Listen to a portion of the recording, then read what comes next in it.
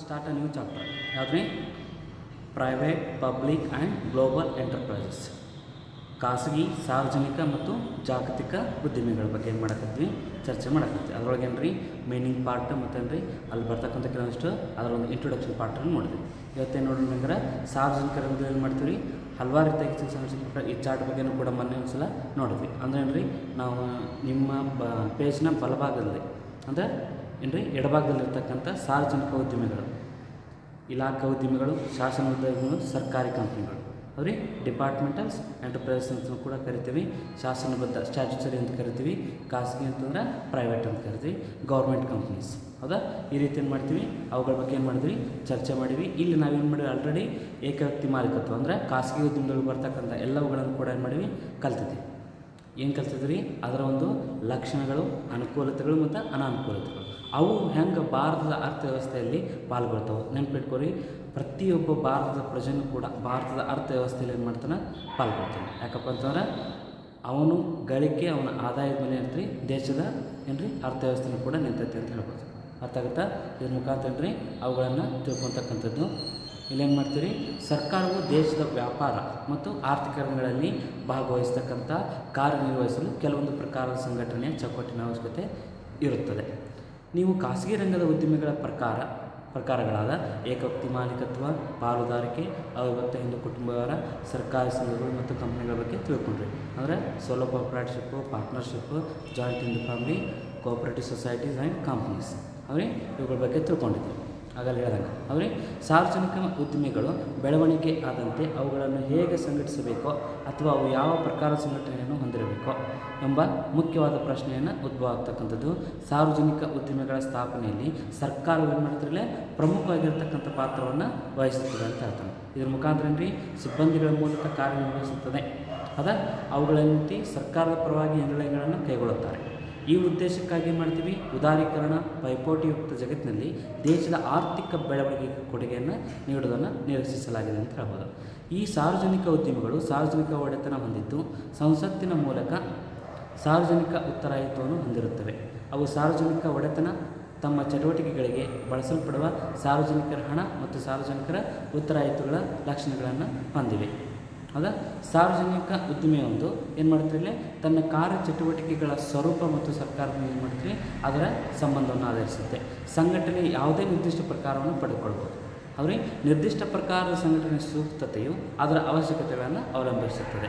ಯಾಕಂತಂದ್ರೆ ಅಲ್ಲಿರ್ತಕ್ಕಂಥ ಸಂಘಟನೆಯು ಸಾಮಾನ್ಯ ತತ್ವಗಳಾಗಿ ಏನು ಮಾಡ್ತೀವಿ ಸಂಘಟನಾತ್ಮಕ ನಿರ್ವಹಣೆ, ಉತ್ಪಾದಕತೆ, ಗುಣಮಟ್ಟ ಶಿಸ್ತುಗಳನ್ನು ಪಾಲನೆ ಮಾಡ್ತಕ್ಕಂಥದ್ದು. ಈ ಫಾರ್ ಎಕ್ಸಾಂಪಲ್ ರೈಲ್ವೆ ಇಲಾಖೆ ಅಂತ ತೊಗೊಂಡ್ವಿ ಅಂತಂದ್ರೆ ಅದೇನು ಮಾಡ್ತೀವಿ ಕೇಂದ್ರ ಸರ್ಕಾರದಿಂದ ನಿಯಂತ್ರಣಕ್ಕೊಳಪಡ್ತೈತಿ.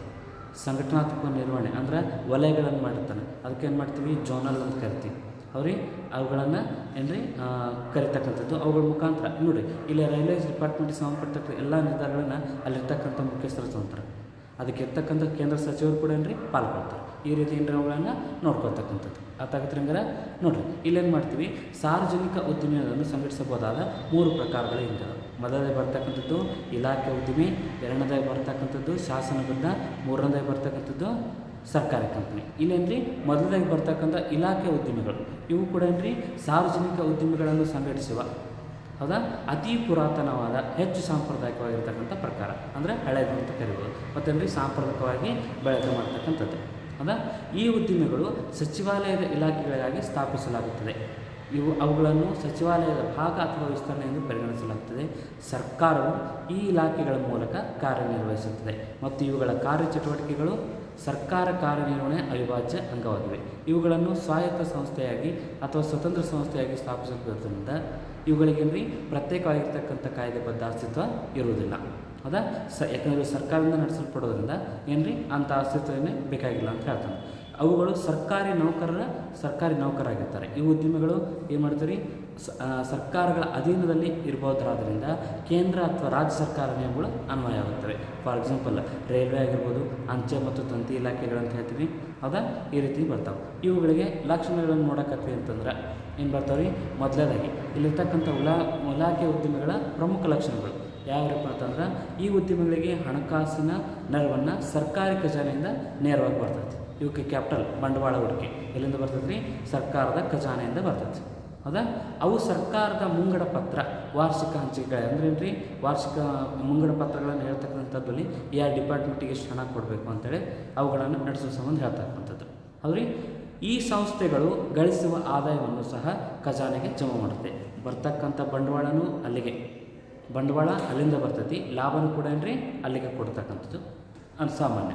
ಅರ್ಥ ಆಗುತ್ತೆ ರೀ? ನೆಕ್ಸ್ಟ್, ಇತರ ಸರ್ಕಾರಿ ಚಟುವಟಿಕೆಗಳಿಗೆ ಅನ್ವಯವಾಗುವ ಲೆಕ್ಕಪತ್ರ, ಲೆಕ್ಕ ಪರಿಶೋಧನಾ ನಿಯಂತ್ರಣಗಳು ಇವುಗಳಿಗೂ ಅನ್ವಯವಾಗುತ್ತವೆ. ಇವು ಕೂಡ ಏನ್ರಿ ಆಡಿಟನ್ನು ಮಾಡಿಸಲೇಬೇಕು. ಅದು ಸರ್ಕಾರಿ ಚಟುವಟಿಕೆಗೆ ಅನ್ವಯವಾಗುವ ಲೆಕ್ಕಪತ್ರ ಅಂದರೆ ಆಡಿಟ್ ಅಂತ ಹೇಳ್ತೀವಿ. ಲೆಕ್ಕ ಪರಿಶೋಧನಾ ಅಂದರೆ ಲೆಕ್ಕಗಳನ್ನು, ಅಕೌಂಟ್ಸ್ಗಳನ್ನು ಚೆಕ್ ಮಾಡ್ತಕ್ಕಂಥದ್ದು ಎಲ್ಲ ಕೂಡ ಏನ್ರಿ ಬರ್ತಕ್ಕಂಥದ್ದು. ಇಲಾಖಾ ಉದ್ಯಮಗಳ ನೌಕರರು ಸರ್ಕಾರಿ ನೌಕರರಾಗಿದ್ದು ಅವರ ನೇಮಕಾತಿ, ಸೇವಾ ನಿಯಮಗಳು ಸರ್ಕಾರದಿಂದ ನೇರವಾಗಿ ನೇಮಕಗೊಂಡ ನೌಕರರಂತೆ ಇರುತ್ತವೆ. ಇವರ ಮುಖ್ಯಸ್ಥರುಗಳು ಭಾರತೀಯ ಆಡಳಿತ ಮಂಡಳಿ ಅಂದರೆ ಇಂಡಿಯನ್ ಅಡ್ಮಿನಿಸ್ಟ್ರೇಟಿವ್ ಸರ್ವಿಸ್ IAS ಆಫೀಸರ್ಗಳು ಅವರೇ ಅಧಿಕಾರಿಗಳು ಹಾಗೂ ಮತ್ತು ನಾಗರಿಕ ಸೇವಾ ನೌಕರರಾಗಿದ್ದು ಒಂದು ಇಲಾಖೆಯಿಂದ ಇನ್ನೊಂದು ಇಲಾಖೆಯಿಂದ ವರ್ಗಾವಣೆ ಅಂತ ಇವ್ರ ಮುಖ್ಯಸ್ಥರು ಅವ್ರಿಗೆ IAS ಇರ್ತಾರೆ. ಅಂದರೆ IAS ಆಫೀಸರ್ ಅಂತ ಕರಿತೀವಿ. ಇಂಡಿಯನ್ ಅಡ್ಮಿನಿಸ್ಟ್ರೇಟಿವ್ ಸರ್ವಿಸಸ್, ಭಾರತೀಯ ಆಡಳಿತ ಸೇವೆ. ಇದು ಸಾಮಾನ್ಯವಾಗಿ, ನೆಕ್ಸ್ಟ್ ಪಾಯಿಂಟ್, ಇದು ಸಾಮಾನ್ಯವಾಗಿ ಸರ್ಕಾರದ ಇಲಾಖೆಯ ಪ್ರಧಾನ ಉಪಭಾಗವೆಂದು ಏನು ಮಾಡ್ತಿರಲಿ ಪರಿಗಣಿಸಲ್ಪಡುವುದರಿಂದ ಸಚಿವಾಲಯದ ನೇರ ನಿಯಂತ್ರಣಕ್ಕೆ ಒಳಪಡುತ್ತದೆ. ಅವುಗಳ ಮುಖಾಂತರ ಅಂದರೆ ಒಳಪಡುತ್ತದೆ. ನೆಕ್ಸ್ಟ್ ನೋಡ್ರಿ, ಇಲಾಖೆ ಉದ್ಯಮಿಗಳ ವ್ಯವಸ್ಥಾಪನೆಯು ಸಂಬಂಧಿಸಿದ ಸಚಿವಾಲಯದ ಅಧೀನದಲ್ಲಿರುವ ಸಚಿವಾಲಯಕ್ಕೆ ಉತ್ತರದಾಯಿತ್ವವಾಗಿ ಅಂದರೆ ಸಚಿವಾಲಯದ ಉತ್ತರದಾಯಿತ್ವ ಇಲ್ರಿ ಅಲ್ಲಿರ್ತಕ್ಕಂಥ ಆಯಾ ಸಂಸ್ಥೆಗಳು ಏನೋ ನಿರ್ಧಾರ ಕೈಗೊಳ್ಳಬೇಕಾಗಿತ್ತು ಅಂದ್ರೆ ಅವುಗಳನ್ನು ತಗೋತಾರಂತ. ನೆಕ್ಸ್ಟ್, ಇದರ ಒಂದು ಅನುಕೂಲತೆಗಳನ್ನು ನೋಡಿದ್ವಿ ಅಂತಂದ್ರೆ ಇಲಾಖೆ ಉದ್ಯಮಿಗಳು ಹೊಂದಿರುವ ಅನುಕೂಲತೆಗಳು. ಈ ಉದ್ಯಮಿಗಳು ಏನು ಮಾಡ್ತಾವ್ರಿ, ತಮ್ಮ ಕಾರ್ಯ ಚಟುವಟಿಕೆಗಳ ಮೇಲೆ ಸಂಸತ್ತು ಪರಿಣಾಮಕಾರಿ ನಿಯಂತ್ರಣ ಹೊಂದಲು ಅನುವು ಮಾಡಿಕೊಡುತ್ತವೆ ಅಂತ ಹೇಳ್ತಾನೆ. ಅಂದ್ರೆ ಏನ್ರಿ, ಸಂಸತ್ತಿನಲ್ಲಿರ್ತಕ್ಕಂಥವ್ರು ಏನು ಮಾಡ್ತಾರೆ, ಅವ್ರಿಗೆ ಪರಿಣಾಮಕಾರಿ ಇರ್ತಕ್ಕಂಥ ನಿಯಂತ್ರಣ ಹೊಂದಲು ಅನುವು ಮಾಡಿಕೊಡ್ತಾವೆ. ಅವ್ರಿಗೆ ಇವು ಹೆಚ್ಚಿನ ಮಟ್ಟದ ಸಾರ್ವಜನಿಕ ಉತ್ತರಾಯಿತವನ್ನು ಖಾತ್ರಿಪಡಿಸ್ತವೆ. ಅಂದರೆ ಸಾರ್ವಜನಿಕರಿಗಾಗಿ ಇರ್ತಕ್ಕಂಥವು ರೈಲ್ವೆ ಇಲಾಖೆ ಆಗಿರ್ಬೋದು, ಅಂಚೆ ಇಲಾಖೆ ಆಗಿರ್ಬೋದು, ಅವ್ರಿಗೆ ಅವರ ಉತ್ತರಾಯಿತವನ್ನು ಅವ್ರ ಸಲುವಾಗಿಯೇ ಅದಾವು ಅನ್ನೋದ್ರ ಬಗ್ಗೆ ಏನು ಮಾಡ್ತಾ ಇರಲಿ ನಂಬಿಕೆಯನ್ನು ಅಥವಾ ಉತ್ತರದಾಯಿತ್ವವನ್ನು ಮೂಡಿಸ್ತಕ್ಕಂಥದ್ದು. ಉದ್ಯಮಿಗಳು ಗಳಿಸುವ ಸರ್ಕಾರಿ ಖಜಾನೆಗೆ ನೇರವಾಗಿ ಜಮಾ ಆಗೋದ್ರಿಂದ ಇದೇನು ರೀ ಸರ್ಕಾರಕ್ಕೆ ಏನಾಗಿರ್ತದೆ ಆದಾಯ ಸೋರ್ಸ್ ಆಗುತ್ತೆ. ಹೌದಾ? ಸೋರ್ಸಸ್ ಆಫ್ ಏನ್ರಿ ಫಂಡ್ಸ್ ಅಂತ ಹೇಳ್ಬೋದು ಅಥವಾ ಫೈನಾನ್ಸ್ ಅಂತ ಹೇಳ್ಬೋದು. ಹೌದಾ? ಅದ್ರ ಮುಖಾಂತರ ಏನ್ರಿ ಈ ಫಾರ್ ಎಕ್ಸಾಂಪಲ್ ನೋಡಿರಿ, ರೈಲ್ವೆಯಿಂದ ಬರ್ತಕ್ಕಂಥ ಇನ್ಕಮ್, ಹೌದಾ, ಪ್ರಯಾಣಿಕರಿಗೆ ಕೊಡ್ತಕ್ಕಂಥ ಟಿಕೆಟು, ಸರಕುಗಳನ್ನು ಸಾಗಿಸೋಕೆ ಕೊಡ್ತಕ್ಕಂಥ ಟಿಕೆಟು ಅವ್ರಿಗೆ, ಅದರಿಂದ ಬರ್ತಕ್ಕಂಥ ಆದಾಯ ಅವ್ರಿಗೆ, ಟ್ರಾನ್ಸ್ಪೋರ್ಟ್ ಚಾರ್ಜಸ್ ಇವೆಲ್ಲವನ್ನು ಕೂಡ ಏನು ಮಾಡ್ತಾರೆ, ತಾನೇನು ಮಾಡ್ತೀರಿ ತನ್ನ ಖಜಾನೆಗೆ ತಗೊಳ್ತಾ. ಇದ್ರ ಮುಖಾಂತರ ಏನ್ರಿ ಸರ್ಕಾರಕ್ಕೆ ಇದೊಂದು ಆದಾಯ ಮೂಲ. ಅದ್ರ ಮುಖಾಂತರ ಏನ್ರಿ ದೇಶಕ್ಕೆ ಏನೇನು ಅಭಿವೃದ್ಧಿ ಕಾರ್ಯಗಳನ್ನು ಮಾಡಬೇಕು ಅದನ್ನೇ ಮಾಡ್ತೀನಿ ಬಳಕೆ ಮಾಡ್ಕೋಬೋದು. ಅರ್ಥ ಆಗುತ್ತೆ ಹಂಗಾರೆ? ನೋಡಿರಿ, ಸಂಬಂಧಿಸಿದ ಸಚಿವಾಲಯದ ನೇರ ನಿಯಂತ್ರಣ ಮತ್ತು ಮೇಲ್ವಿಚಾರಣೆಯಲ್ಲಿ ಕಾರ್ಯನಿರ್ವಹಿಸುವ ಈ ಪ್ರಕಾರದ ಉದ್ದಿಮೆಯು ರಾಷ್ಟ್ರೀಯ ಬದ್ಧತೆಯ ದೃಷ್ಟಿಯಿಂದ ಅತಿ ಹೆಚ್ಚು ಸೂಕ್ತವಾಗಿದೆ ಅಂತ ಹೇಳ್ತಾರೆ. ಅರ್ಥ ಆಗತ್ತೆ ರೀ? ಇದರ ನಂತರ ಇದರ ಮಿತಿಗಳಂತ ನೋಡೋಕ್ಕಂತೀವಿ ಅಂತಂದ್ರೆ ಈ ಪ್ರಕಾರದ ಸಂಘಟನೆಯು ಹೊಂದಿರುವ ತೀವ್ರ ಸ್ವರೂಪದ ಕೆಲವು ಮಿತಿಗಳು ಹೀಗದಾವ ಅಂತ ಹೇಳ್ತಾನೆ. ಯಾಕಪ್ಪ ಅಂತಂದ್ರೆ ಇಲಾಖಾ ಉದ್ಯಮಗಳು ವ್ಯವಹಾರದ ಸುಸೂತ್ರ ನಿರ್ವಹಣೆಗೆ ಅವಶ್ಯಕವಾದ ನಮ್ಯತೆಯನ್ನು ಒದಗಿಸಲು ವಿಫಲವಾಗಿದೆ. ವಿಫಲ ಅಂತಂದರೆ ಹೊಸ ಹೊಸ ಟೆಕ್ನಾಲಜಿ ಆಗಿರ್ಬೋದು, ಹೊಸ ಹೊಸ ಯೋಜನೆಗಳಾಗಿರ್ಬೋದು, ಅವುಗಳೇನು ಮಾಡ್ತಿರಲಿ ಒದಗಿಸೋಕೆ ಏನಾಗುತ್ತೆ, ವಿಫಲ ಆಗುತ್ತೆ. ಯಾಕಂದರೆ ಮೊದಲೇದು ಇದು ಸರ್ಕಾರ ನಿಯಂತ್ರಣಕ್ಕೆ ಒಳಪಡೋದ್ರಿಂದ, ಎರಡನೇದೇನು ರೀ ಇಲ್ಲಿರ್ತಕ್ಕಂಥ ಜನಸಂಖ್ಯೆ ಇದು ಕೂಡ ಏನ್ರಿ ಕಾರಣ ಆಗುತ್ತೆ. ಇದರ ನಂತರ ಬರ್ತಕ್ಕಂಥದ್ದು ಸಂಸ್ಥೆಯು ಏನಾಗುತ್ತೆ, ಇಲಾಖಾ ನೌಕರರು ಅಥವಾ ಮುಖ್ಯಸ್ಥರು ಸಂಬಂಧಿಸಿದ ಸಚಿವಾಲಯದ ಅನುಮತಿ ಇಲ್ಲದೆ ಸ್ವತಂತ್ರ ನಿರ್ಧಾರಗಳನ್ನು ಕೈಗೊಳ್ಳಲು ಸಾಧ್ಯವಿಲ್ಲ ಅಂತ ಹೇಳುತ್ತೆ. ಅಂದರೆ ಏನಾದರೂ ನಿರ್ಧಾರ ತಗೋಬೇಕಾಗಿತ್ತು ಅಂತಂದ್ರೆ ಅವ್ರೇನು ಮಾಡಕ್ರಿ ಮೇಲಾಧಿಕಾರಿಗಳನ್ನು ಸಂಪರ್ಕಿಸಬೇಕು, ಅದಕ್ಕೊಂದು ಮೀಟಿಂಗ್ ಕರಿಬೇಕು, ಅದ ಅವುಗಳನ್ನು ಮಾಡ್ಕೋಬೇಕು. ಅದರಿಂದ ಏನಾಗುತ್ತೆ, ತ್ವರಿತ ನಿರ್ಧಾರಗಳನ್ನು ಕೈಗೊಳ್ಳಬೇಕಾದ ವಿಷಯಗಳಲ್ಲಿ ಏನು ಮಾಡ್ತಾರೆ, ವಿಳಂಬ ಅಥವಾ ತಡ ಅಥವಾ ಲೇಟ್ ಮಾಡ್ತಕ್ಕಂಥದ್ದು. ಅದಾ ಈ ನಂತರ ಬರ್ತಕ್ಕಂಥದ್ದು ಈ ಉದ್ದಿಮೆಗಳು ವ್ಯವಹಾರದ ಅವಕಾಶಗಳ ಪ್ರಯೋಜನವನ್ನು ಪಡೆಯಲು ಅಸಮರ್ಥವಾಗಿವೆ. ಅಂದ್ರೆ ಏನು ರೀ, ಈ ಉದ್ಯಮಿಗಳು ವ್ಯವಹಾರದ ಅವಕಾಶ ಇರ್ತೈತಿ, ಅದನ್ನು ಬಳಸ್ಕೊಳಕ್ಕಾಗಲ್ಲ. ಅವ್ರಿಗೆ ಎಕ್ಸ್ಪಾಂಡ್ ಮಾಡ್ಬೋದು, ವಿಸ್ತರಣೆ ಮಾಡ್ಬೋದು, ಆದರೆ ಏನು ರೀ ಅವುಗಳನ್ನು ಪ್ರಯೋಜನ ಪಡ್ಕೊಳ್ಳೋಕೆ ಆಗೋದಿಲ್ಲ. ಯಾಕಪ್ಪ ಅಂತಂದ್ರೆ ಇದು ಸರ್ಕಾರದಿಂದ ನಡೆಸಲ್ಪಡ್ತಕ್ಕಂಥ ಕಂಪ್ನಿಗಳು. ಅದಕ್ಕೆ ಇವುಗಳನ್ನ ಕರಿತೀವಿ ರೀ ಇಲಾಖಾ ಉದ್ಯಮಿಗಳು ಅಂತ ಕರಿತೀವಿ. ಅರ್ಥ ಆಗುತ್ತೆ ರೀ? ಇವುಗಳನ್ನು ನೋಡಿರಿ, ಅತಿ ಜಾಗರೂಕತೆ ಮತ್ತು ಸಾಂಪ್ರದಾಯಬದ್ಧ ಅನುಮತಿಯು ನಷ್ಟ ಭಯವುಳ್ಳ ಉದ್ದಿಮೆಗಳನ್ನು ಕೈಗೊಳ್ಳಲು ಅನುವು ಮಾಡಿಕೊಡೋದಿಲ್ಲ ಅಂತ ಹೇಳ್ತಾರೆ. ಇದರ ನಂತರ ಈ ಉದ್ದಿಮೆಯ ದಿನನಿತ್ಯದ ಕಾರ್ಯಚಟುವಟಿಕೆಗಳಲ್ಲಿ ವಿಳಂಬ ನೀತಿ ಅಥವಾ ಕೆಂಪು ಪಟ್ಟಿ ಅಂತ ಕರಿತೀವಿ. ಎಲ್ಲದಕ್ಕೂ ರೆಡ್ ಸಿಗ್ನಲ್, ಯಾವುದನ್ನು ಮುಂದುವರಿಸಿ ಮಾಡುವಂಗಿಲ್ಲ. ಅಲ್ಲಿ ನೋಡೋಕ್ರಿ ಎಲ್ಲದಕ್ಕೂ ಸ್ಟಾಪ್ ಸಿಗ್ನಲ್ ತೋರಿಸ್ಬಿಡ್ತಾರೆ. ಹೌದಾ? ಅದಕ್ಕೆ ಏನು ಮಾಡ್ತೀವಿ, ಅದನ್ನು ವಿಳಂಬ ನೀತಿಗೆ ಏನು ಮಾಡ್ತೀವಿ, ಕೆಂಪು ಪಟ್ಟಿ ಅಂತಲೂ ಕೂಡ ಕರಿತೀವಿ. ಅರ್ಥ ಆಗಿದ್ರಿ? ಅಧಿಕಾರದ ಸೂಕ್ತ ಮಾರ್ಗಗಳನ್ನು ಅನುಸರಿಸಿದ ಹೊರತು ಯಾವುದೇ ಕ್ರಮ ಕೈಗೊಳ್ಳಲು ಸಾಧ್ಯವಿಲ್ಲ. ಎಷ್ಟಾಗ್ತಿದ್ರೇನು ರೀ, ಕಾನೂನಾತ್ಮಕವಾಗಿ ಅಧಿಕಾರದ ಸೂಕ್ತ ಮಾರ್ಗಗಳೆಂದವು ಮೇಲಾಧಿಕಾರಿಗಳಿಂದನೇ ಏನು ರೀ ಪರ್ಮಿಷನ್ ತೊಗೋಬೇಕು, ಅವ್ರು ಹೇಳ್ದಂಗೆ ನಡ್ಕೋಬೇಕು. ಅದೇ ಇದರ ನಂತರ ಈ ಉದ್ದಿಮೆಯ ವ್ಯವಹಾರಗಳಲ್ಲಿ ಸಚಿವಾಲಯದ ಮೂಲಕ ಅತಿ ಹೆಚ್ಚು ರಾಜಕೀಯ ಹಸ್ತಕ್ಷೇಪ ಆಗ್ತದೆ. ಹಸ್ತಕ್ಷೇಪ ಏನು ಮಾಡ್ತಾರಿಲ್ಲ, ರಾಜಕೀಯದವರು ಮಾಡ್ತಕ್ಕಂಥದ್ದು. ಅರ್ಥ ಆಗಿದ್ರೆ ಹಂಗಾರೆ ಇದರ ನಂತರ ಬರ್ತಕ್ಕಂಥದ್ದು ಈ ಸಂಸ್ಥೆಗಳು ಸಾಮಾನ್ಯವಾಗಿ ಏನು ಮಾಡ್ತೀವಿ, ಗ್ರಾಹಕರ ಅಗತ್ಯಗಳಿಗೆ ಹೆಚ್ಚು ಸ್ಪಂದಿಸೋಲ್ಲ ಮತ್ತು ಅವ್ರಿಗೆ ಸಾಕಷ್ಟು ಸೇವೆಗಳನ್ನು ಸಲ್ಲಿಸುವುದಿಲ್ಲ ಅನ್ನೋದ್ರ ಬಗ್ಗೆ ಏನು ಮಾಡ್ತೀರಿ, ಅದೇ ಮಿತಿಗಳನ್ನು ಹೊಂದೈತೆ ಅಂತ ಹೇಳ್ಬೋದು.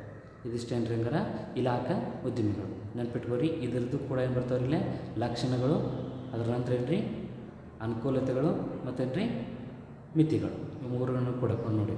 ಅవి ಒಟ್ಟು ಏನು ರೀ 5 ಲಕ್ಷಣಗಳದಾವೆ. ಹೌದಾ? ನಂತರ ಏನು ರೀ ಅನುಕೂಲತೆಗಳು ಕೂಡ 4 ಅದಾವು. ಇಲ್ಲೇ ಮಿತಿಗಳು ಕೂಡ ಎಷ್ಟು ಅದಾವೆ ರೀ 6 ಅದಾವೆ. ಹೌದಾ? ಇವುಗಳನ್ನು ತಿಳ್ಕೊತಕ್ಕಂಥದ್ದು. ಇದಿಷ್ಟೇನು ರೀ. ನೆಕ್ಸ್ಟ್ ಏನು ರೀ ಶಾಸನಬದ್ಧ ನಿಗಮಗಳು, ಸ್ಟ್ಯಾಟ್ಯುಟರಿ ಕಾರ್ಪೊರೇಷನ್ಸ್. ಇದನ್ನೇನು ಮಾಡೋಣ ರೀ ನೆಕ್ಸ್ಟ್ ಭಾಗದೊಳಗೆ ನೋಡೋಣ. Okay, thank you.